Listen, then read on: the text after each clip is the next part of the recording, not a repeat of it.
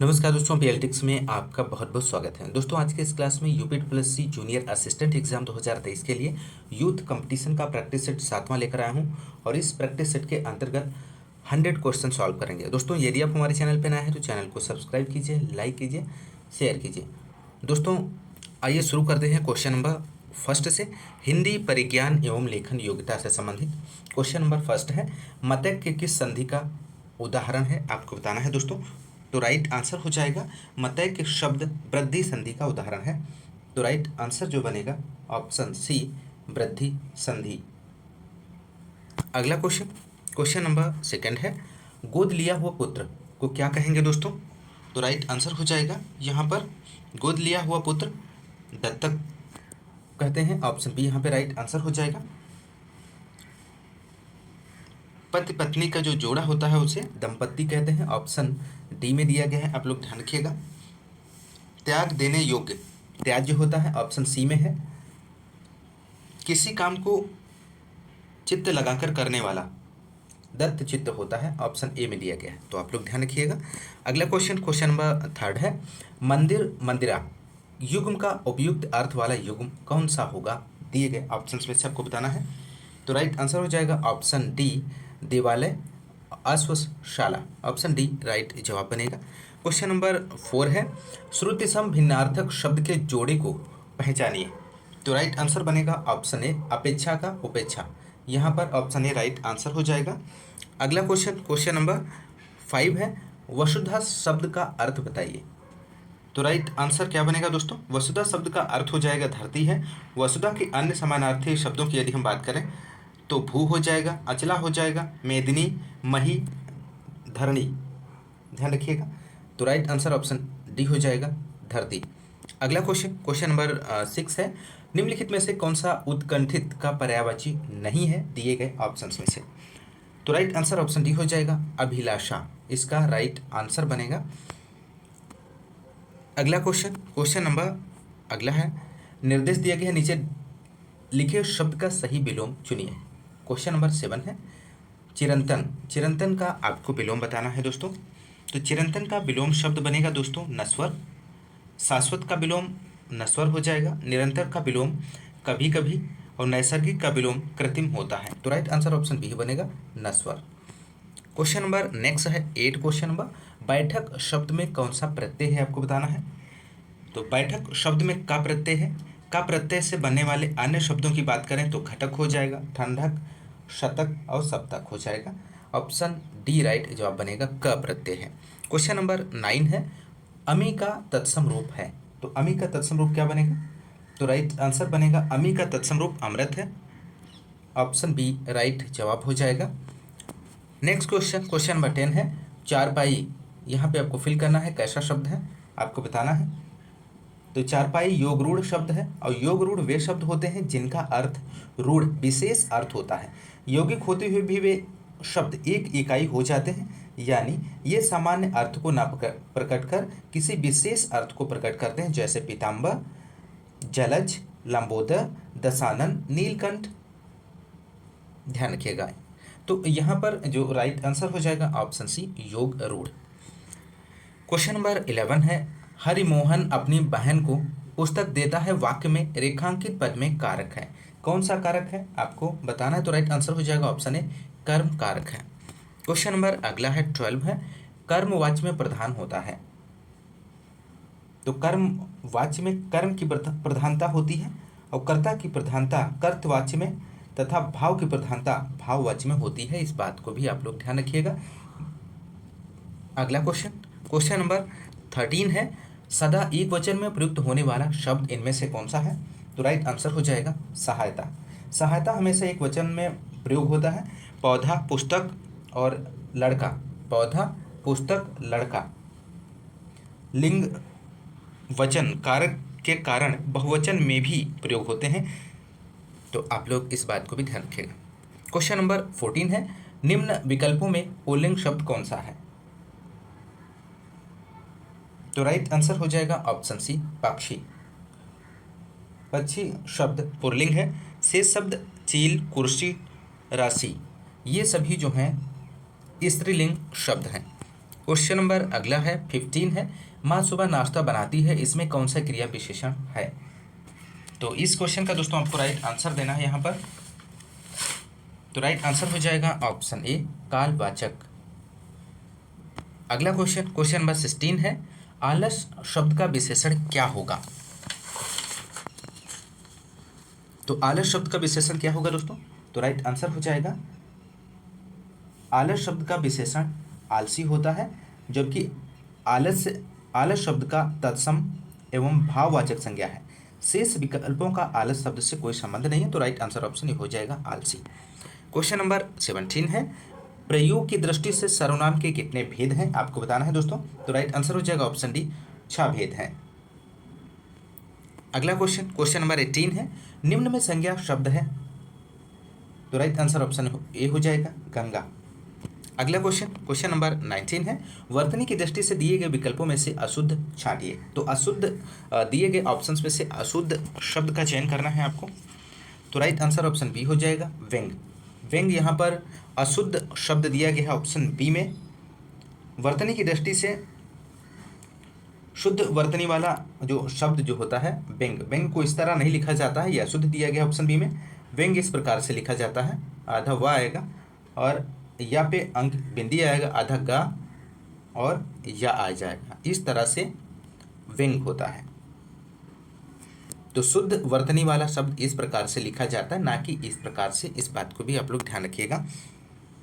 अगला question number 20 है, छ वर्ण किसके योग से बनता है।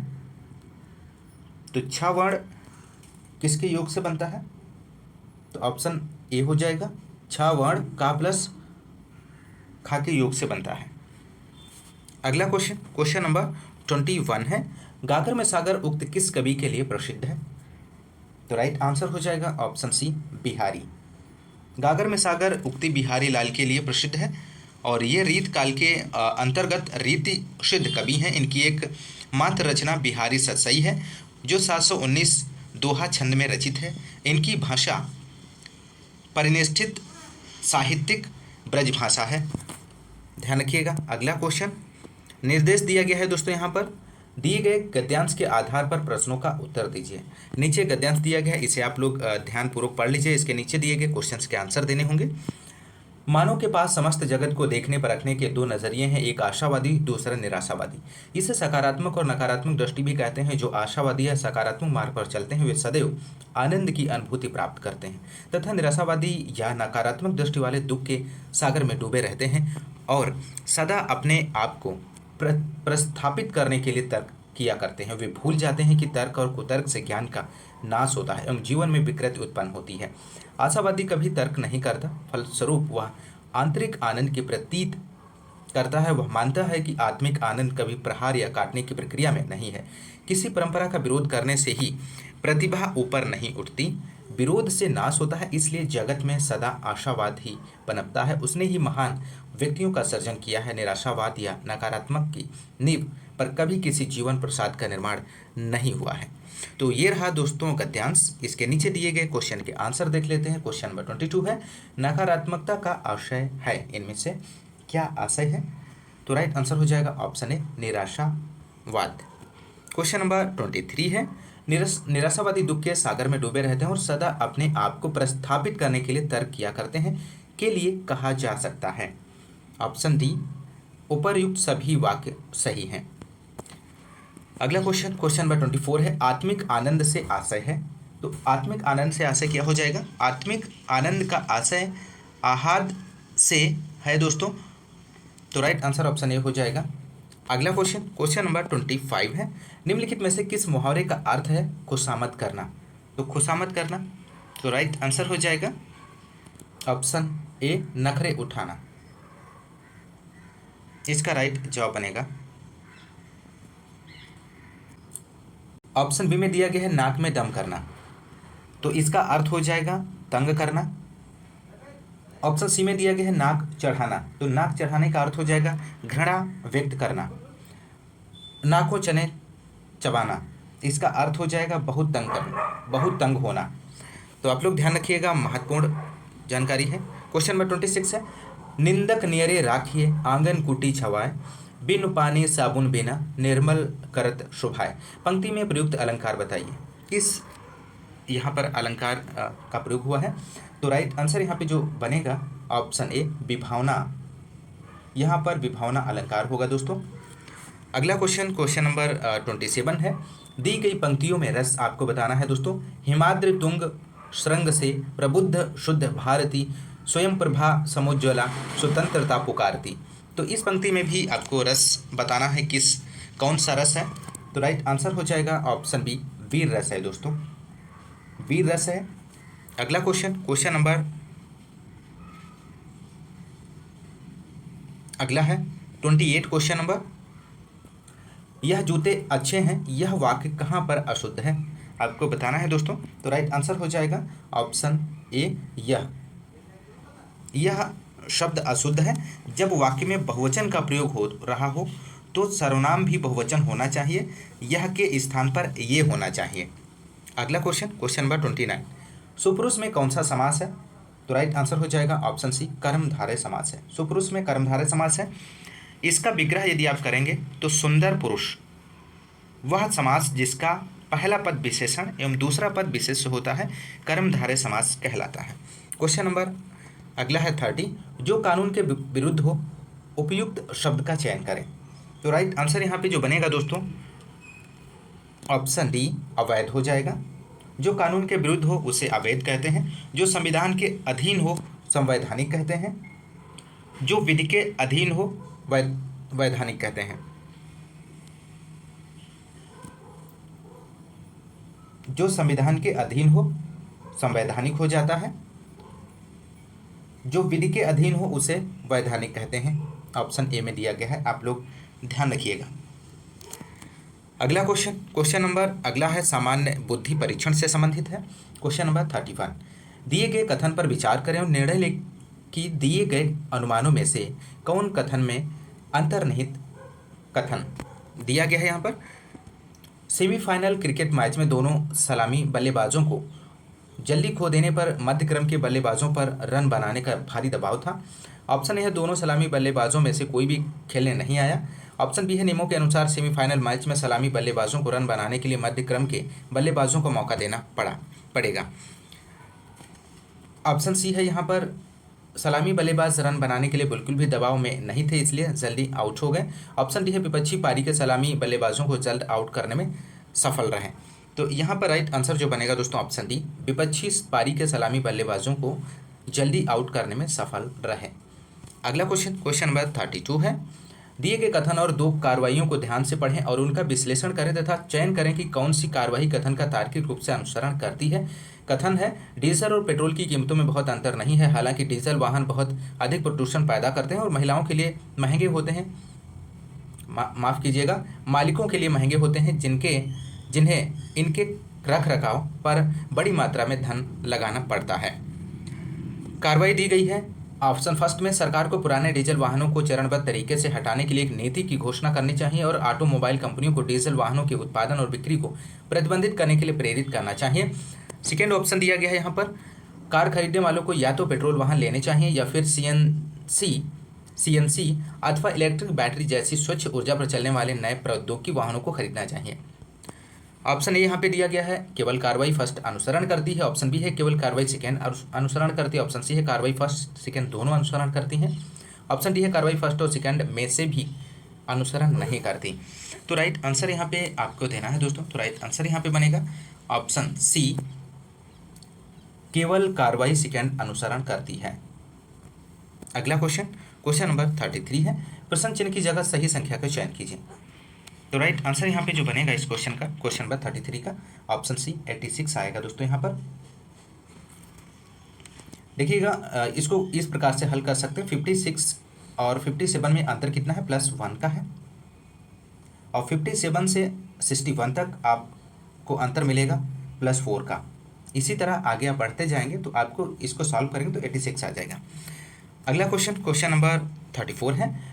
प्रश्न चिन्ह की जगह सही अक्षर समूह का चयन कीजिए। यहाँ पे दिया गया है तो राइट आंसर यहाँ पे बनेगा ऑप्शन डी राइट आंसर हो जाएगा HIIZ। ऑप्शन डी राइट जवाब बनेगा। इसकी अगली श्रृंखला होगी दोस्तों HIIZ। नेक्स्ट क्वेश्चन निर्देश दिया गया है। प्रश्न संख्या 64 और 65 में एक या दो वक्तव्य दिए गए हैं जिनके आगे 3-4 निष्कर्ष तर्क प्रथम, सेकंड, थर्ड और 5 निकाले गए हैं। आपको विचार करना है कि वक्तव्य सत्य है चाहे वह सामान्य ज्ञात तथ्यों से भिन्न प्रतीत होते हों। आपको निर्णय करना है कि दिए गए वक्तव्य में से निष्कर्ष तर्क निश्चित रूप से निकाले जा सकते हैं। अपने उत्तर को निर्दिष्ट कीजिए। क्वेश्चन नंबर 35 है। वक्तव्य दिया गया है पहला, सेज जर्नल और पुस्तकों दोनों का विख्यात प्रकाशक है। सेकंड है, सेज के सभी प्रकाशक उच्च गुणवत्ता वाले हैं। तर्क नीचे दिया गया है। फर्स्ट है, सेज गुणवत्ता वाले लेख प्रकाशित करता है। सेकंड है, सेज ने अल्पतम गुणवत्ता वाले लेख प्रकाशित नहीं किए। तो यहाँ पर आपको राइट आंसर देना है। तो राइट आंसर हो जाएगा इस क्वेश्चन का ऑप्शन बी, वक्तव्य के अनुसार सभी निष्कर्ष सत्य हैं। ऑप्शन बी यहाँ पे राइट जवाब बनेगा। क्वेश्चन नंबर अगला है, निर्देश दिया गया प्रश्न संख्या 67 से 68 दिए गए विकल्पों में से संबंधित चित्र को चुनिए। क्वेश्चन नंबर 36 से प्रश्न की आकृतियां दी गई हैं जैसा कि आप देख पा रहे होंगे। तो यहाँ पर कौन सी आकृति आएगी, उत्तर आकृति। तो राइट आंसर यहाँ पे इस क्वेश्चन का जो हो जाएगा दोस्तों ऑप्शन बी हो जाएगा। बी राइट आंसर बनेगा। इस प्रकार की आकृति आएगी इस क्वेश्चन मार्क की जगह पे। अगला क्वेश्चन, क्वेश्चन नंबर 37 है। निम्नलिखित जानकारी को ध्यानपूर्वक पढ़ें और नीचे दिए गए प्रश्न का उत्तर दें। एक परिवार के 4 सदस्य ABCDE और F मनोवैज्ञानिक, प्रबंधन, अधिवक्ता, जौहरी, डॉक्टर और इंजीनियर किंतु इस क्रम में नहीं है। यहाँ पर फर्स्ट, सेकेंड, थर्ड, फोर्थ, 5 क्रम दिया गया है। तो राइट आंसर का आपको चयन करना है दोस्तों। तो राइट आंसर यहाँ पे हो जाएगा इस क्वेश्चन का ऑप्शन डी, डॉक्टर इसका राइट जवाब बनेगा। अगला क्वेश्चन, क्वेश्चन नंबर 38 है। एक तस्वीर की ओर इशारा करते हुए दिलीप ने कहा, वह मेरे दादा की इकलौती संतान की बेटी है। दिलीप तस्वीर वाली लड़की से कैसे संबंधित है? तो राइट आंसर यहाँ पे जो बनेगा, तस्वीर वाली लड़की का भाई दिलीप है। तो राइट आंसर ऑप्शन सी हो जाएगा, भाई। अगला क्वेश्चन, क्वेश्चन नंबर 39 है। यदि कोई 36 इंच लंबी कपड़े की पट्टी धोने के बाद सिकुड़ कर 33 इंच रह जाती है तो पट्टी अगर 48 इंच लंबी होती तो धोने के बाद कितनी लंबी रह जाती? तो राइट आंसर यहाँ पे जो बनेगा ऑप्शन बी, 44 इंच।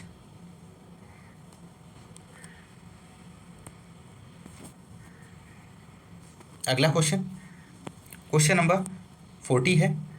निम्नलिखित खुले पासे से कौन सा पासा नहीं बनाया जा सकता? आपको बताना है दोस्तों।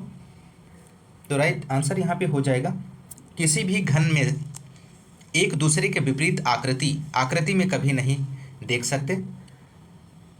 तो ऑप्शन यहाँ पे ए राइट आंसर हो जाएगा, इसका सही जवाब बनेगा।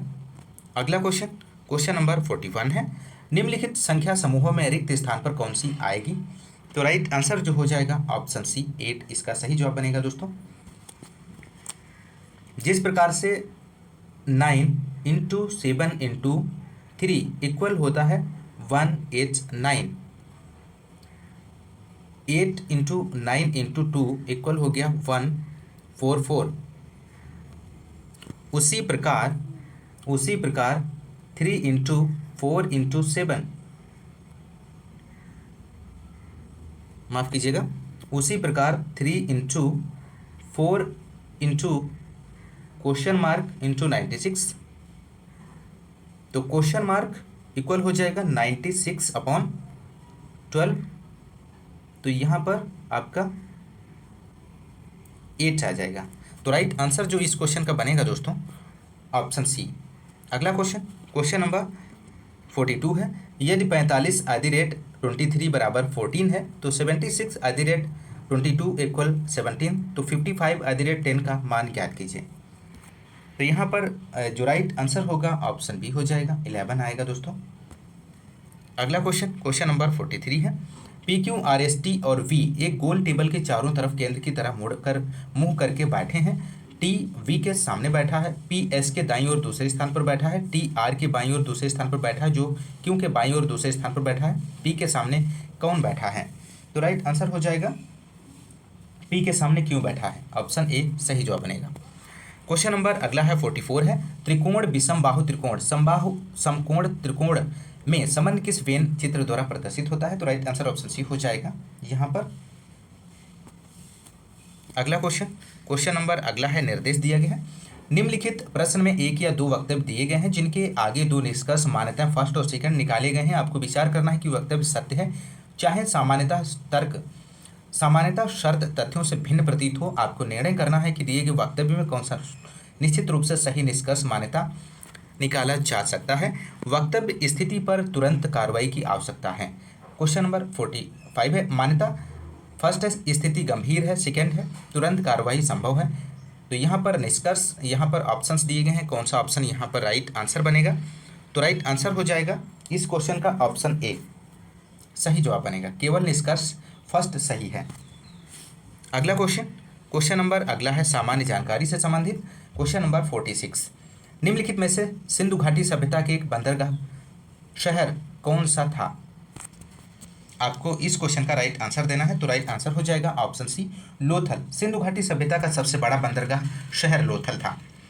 लोथल अहमदाबाद जिले गुजरात के सरागवाला ग्राम से 80 किलोमीटर दक्षिण में भोगवा नदी के तट पर स्थित है। आप लोग ध्यान रखिएगा। अगला क्वेश्चन, क्वेश्चन नंबर 47 है, घटोत्कच जिसने 280 से 320 ईस्वी में राज किया था किस साम्राज्य का राजा था?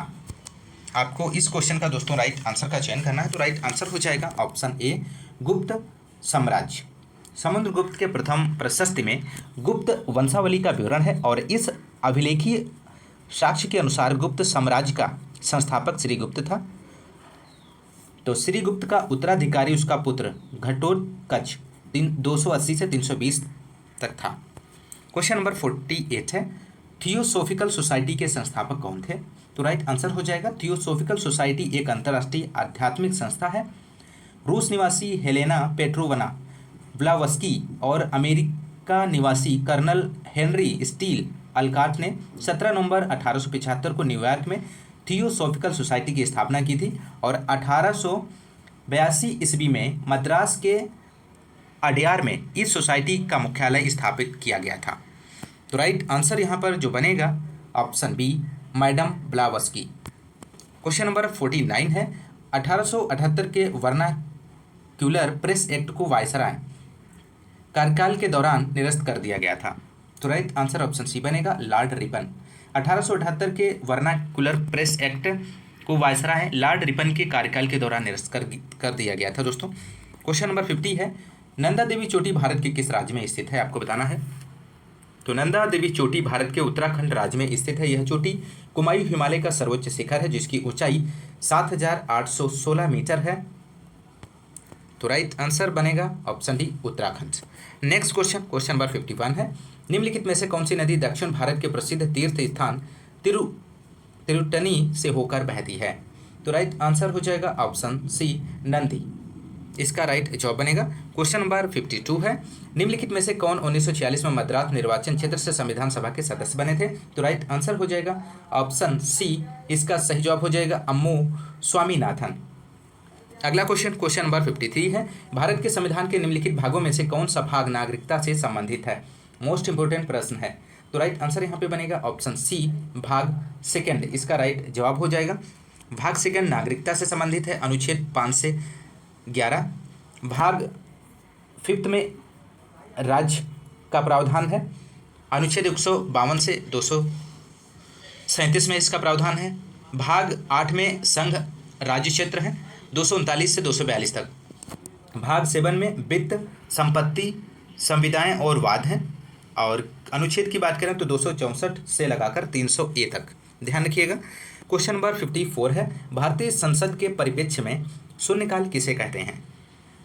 तो राइट आंसर यहाँ पे बनेगा दोस्तों ऑप्शन बी प्रश्नकाल के तुरंत बाद का समय शून्यकाल होता है।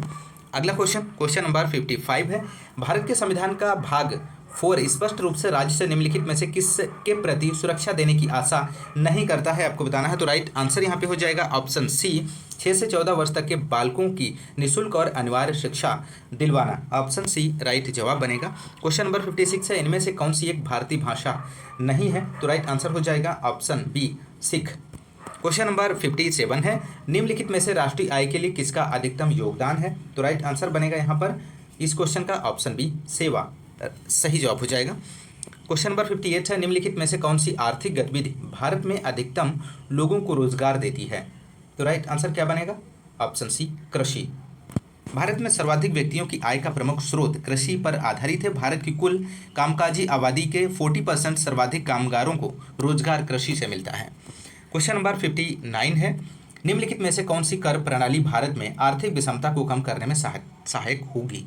तो राइट आंसर जो हो जाएगा ऑप्शन बी, प्रगामी कर। क्वेश्चन नंबर 60 है, the wings of fire Bharat के निम्नलिखित में से किस राष्ट्रपति की आत्मकथा है? तो राइट आंसर ऑप्शन ए हो जाएगा, APJ Abdul Kalam. Question number अगला है 61, फरवरी 2023 में केंद्रीय शिक्षा मंत्री ने बच्चों के लिए उनके मूलभूत वर्षों में शिक्षण और अध्यापन सामग्री का शुभारंभ किया, इसका नाम क्या है? तो राइट आंसर जो बनेगा ऑप्शन ए, जादुई पिटारा। अगला क्वेश्चन नंबर 62 है, फरवरी 2023 में घोषित मिस्टी योजना किससे संबंधित है? तो राइट आंसर ऑप्शन ए हो जाएगा, मैंग्रोव से संबंधित है दोस्तों। क्वेश्चन नंबर अगला है 63, पीएम प्रणाम योजना की घोषणा फरवरी 2023 में की गई, इसका उद्देश्य क्या है? तो राइट आंसर ऑप्शन सी हो जाएगा, कृषि में रासायनिक उर्वरकों के प्रयोग को कम करना। नेक्स्ट क्वेश्चन 64, फरवरी 2023 में अंतर्राष्ट्रीय मातृभाषा पुरस्कार से किसे सम्मानित किया गया है? तो राइट आंसर ऑप्शन सी हो जाएगा, डॉक्टर महेंद्र कुमार मिश्रा को। क्वेश्चन नंबर 65 है, पत्रकारिता में उत्कृष्टता के लिए प्रतिष्ठित राजा राम मोहन राय राष्ट्रीय पुरस्कार किसे दिया गया है? तो राइट आंसर ऑप्शन बी हो जाएगा, एबी के प्रसाद। क्वेश्चन नंबर अगला है, कंप्यूटर एवं सूचना प्रौद्योगिकी से संबंधित 66 क्वेश्चन नंबर है, कंप्यूटर की दुनिया 0 और 1 से निर्मित है। इन 0 और 1 को भंडारित करने के लिए प्रोसेसर के अंदर क्या लगाया जाता है? आपको बताना है दिए गए ऑप्शंस में से। तो यहाँ पर राइट आंसर हो जाएगा ऑप्शन सी, ट्रांजिस्टर। अगला क्वेश्चन नंबर 67 है, निम्नलिखित में से कौन सा पर्सनल कंप्यूटर का एक भाग नहीं है? तो राइट आंसर ऑप्शन बी हो जाएगा, यूएसबी। क्वेश्चन नंबर 68 है, कौन सा केस आधारित लर्निंग का एक उदाहरण है? तो राइट आंसर ऑप्शन डी हो जाएगा, के निकटतम पड़ोसी। क्वेश्चन नंबर 69 है, लेजी लर्निंग एल्गोरिथम का दूसरा नाम है, क्या है? तो राइट आंसर हो जाएगा ऑप्शन ए, के नियरेस्ट नेबर। क्वेश्चन नंबर 70 है यहाँ पर दोस्तों, एक समर्पित कंप्यूटर है। तो राइट आंसर ऑप्शन बी हो जाएगा, एक को सौंपा गया है और केवल एक ही कार्य है। क्वेश्चन नंबर 71 है, कंप्यूटर के संदर्भ में वेटवेयर क्या होता है? तो वेटवेयर क्या होता है? तो राइट आंसर ऑप्शन सी हो जाएगा, मानव मस्तिष्क। कंप्यूटर के संदर्भ में वेटवेयर को मानव मस्तिष्क कहा जाता है। यह एक जैविक कंप्यूटर है जिसका निर्माण जीवित न्यूरॉन्स की सहायता से किया जाता है। इसे कृत्रिम कार्बनिक ब्रेन या न्यूरो कंप्यूटर के नाम से भी जाना जाता है। महत्वपूर्ण प्रश्न है, आप लोग ध्यान रखिएगा। अगला क्वेश्चन नंबर 72 है, VRML फाइलों का एक्सटेंशन है। तो VRML फाइलों का एक्सटेंशन आपको बताना है। तो राइट आंसर हो जाएगा option D, wwrl। Question number 73 है, EMV चिप कार्ड में ई का अर्थ क्या है? तो ई का अर्थ हो जाएगा यूरोपे, ध्यान रखिएगा। अगला क्वेश्चन नंबर 74, MS वर्ड 2019 में फुटनोट इंसर्ट करने के लिए शॉर्टकट कीज है। तो राइट आंसर ऑप्शन ए हो जाएगा, Ctrl+Alt+F। अगला क्वेश्चन नंबर 75, शॉर्टकट कुंजी Ctrl+X का प्रयोग निम्नलिखित में से किसके लिए किया जाता है? तो इस क्वेश्चन का यहाँ पे राइट आंसर हो जाएगा ऑप्शन डी बनेगा, सेलेक्ट किए गए टेक्स्ट को कट करने के लिए। अगला क्वेश्चन नंबर 76 है, वर्ड डॉक्यूमेंट के संदर्भ में गटर शब्द किसके लिए प्रयोग किया जाता है? तो राइट आंसर ऑप्शन डी हो जाएगा, सिलाई और बाइंडिंग के लिए एक तरफ बचा हुआ स्थान। नेक्स्ट क्वेश्चन नंबर 77 है, जब आप MS एक्सेल में स्प्रेडशीट खोलते हैं तो एक्सेल वर्कशीट का नाम प्रदर्शित करता है। तो राइट आंसर हो जाएगा टाइटल बार, इसका राइट जवाब बनेगा। MS एक्सेल उस वर्कबुक का नाम टाइटल बार पर प्रदर्शित करता है जिसका आप वर्तमान में उपयोग कर रहे हैं। क्वेश्चन नंबर 78 है, निम्न में से कौन सा इंटरनेट बैंकिंग का एक लाभ नहीं है इनमें से दिए गए ऑप्शंस में से? तो राइट आंसर यहाँ पे हो जाएगा ऑप्शन ए ब्याज की उच्चतर दर प्राप्त करना। क्वेश्चन नंबर 79 है, यूनिक्स ऑपरेटिंग सिस्टम को वर्ष 1970 के दशक में किसके द्वारा विकसित किया गया था? तो राइट आंसर ऑप्शन डी हो जाएगा, बेल लैब्स के द्वारा। इसका राइट जवाब हो जाएगा।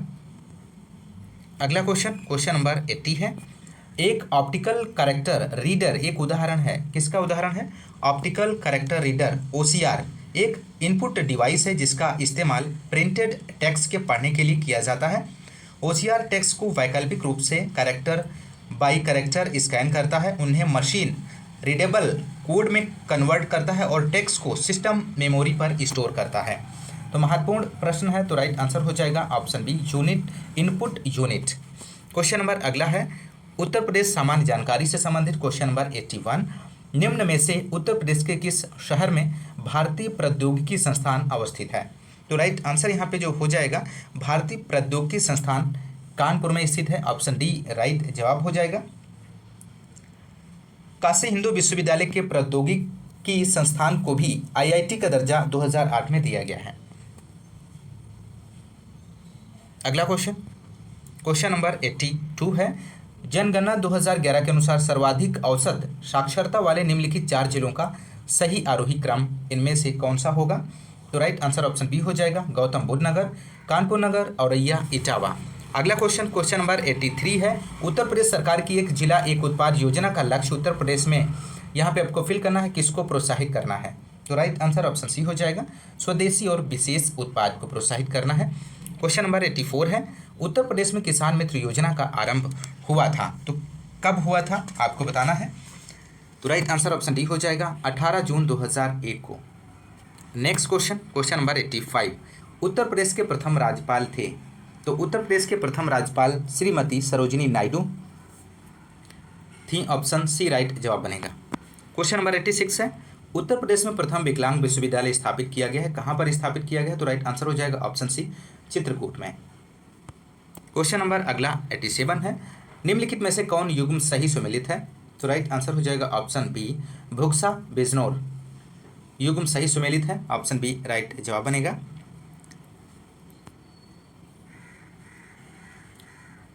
अगला क्वेश्चन नंबर 88 है, गोदान किसके द्वारा लिखा गया है? तो गोदान मुंशी प्रेमचंद जी द्वारा रचित एक उपन्यास है और इनके द्वारा रचित अन्य कृतियाँ सेवा सदन, प्रेमाश्रम, रंगभूमि, निर्मला, कायाकल्प, गबन, कर्मभूमि, मंगल सूत्र जो इनका अपूर्ण था, संग्राम, करबला, प्रेम की वेदी। तो आप लोग ध्यान रखिएगा, तो राइट आंसर मुंशी प्रेमचंद बनेगा, ऑप्शन बी। क्वेश्चन नंबर 89 है, निम्नलिखित में से किसने लखनऊ के सांस्कृतिक क्रियाकलापों में योगदान नहीं दिया है? तो राइट आंसर जो बनेगा ऑप्शन सी, मेहंदी इसका राइट जवाब बनेगा। अगला क्वेश्चन नंबर 90, उत्तर प्रदेश में किस धर्म के अनुयायी सबसे कम है? तो उत्तर प्रदेश में पारसी धर्म के अनुयायियों की जनसंख्या सबसे कम है। उत्तर प्रदेश में सर्वाधिक समुदाय और उनकी जनसंख्या का प्रतिशत हिंदू 79.73% है। तो यहाँ पर राइट जो आंसर बनेगा ऑप्शन सी, पारसी धर्म। अगला क्वेश्चन नंबर 91 है, शेर शाह सूरी का अंतिम अभियान निम्नलिखित में से किस राज्य के विरुद्ध था? तो राइट आंसर हो जाएगा ऑप्शन ए, कालिंजर, इसका राइट जवाब बनेगा। शेर शाह सूरी का अंतिम विजय अभियान 1545 ईस्वी में कालिंजर के विरुद्ध था और इसी अभियान के दौरान एक बम गोला फटने से उसकी मृत्यु हो गई। कन्नौज का युद्ध 1540 में शेरशाह और हुमायूं के मध्य हुआ था, जिसमें शेरशाह विजयी रहा था। आप लोग ध्यान रखिएगा। क्वेश्चन नंबर 92 है, सूची फर्स्ट को सूची सेकंड से सुमेलित कीजिए तथा नीचे दिए गए कोड से सही उत्तर चुनिए। सूची फर्स्ट में हवाई अड्डा दिया गया है, सूची सेकंड में नगर दिए गए हैं, यहाँ पे आपको मिलान करना है। तो सूची फर्स्ट में पहला ऑप्शन जो दिया गया है बमरौली, तो बमरौली का जो संबंध हो जाएगा इलाहाबाद से हो जाएगा, इलाहाबाद प्रयागराज। ऑप्शन बी में है चकेरी, चकेरी का कानपुर से हो जाएगा। ऑप्शन थर्ड से हिंडन, ऑप्शन सी में है तो हिंडन का संबंध जो हो जाएगा गाजियाबाद से। ऑप्शन डी में है फुर्सतगंज, तो फुर्सतगंज रायबरेली ऑप्शन सेकंड से मिलान हो जाएगा। तो इस प्रकार इस क्वेश्चन का जो राइट आंसर बनेगा ऑप्शन डी हो जाएगा।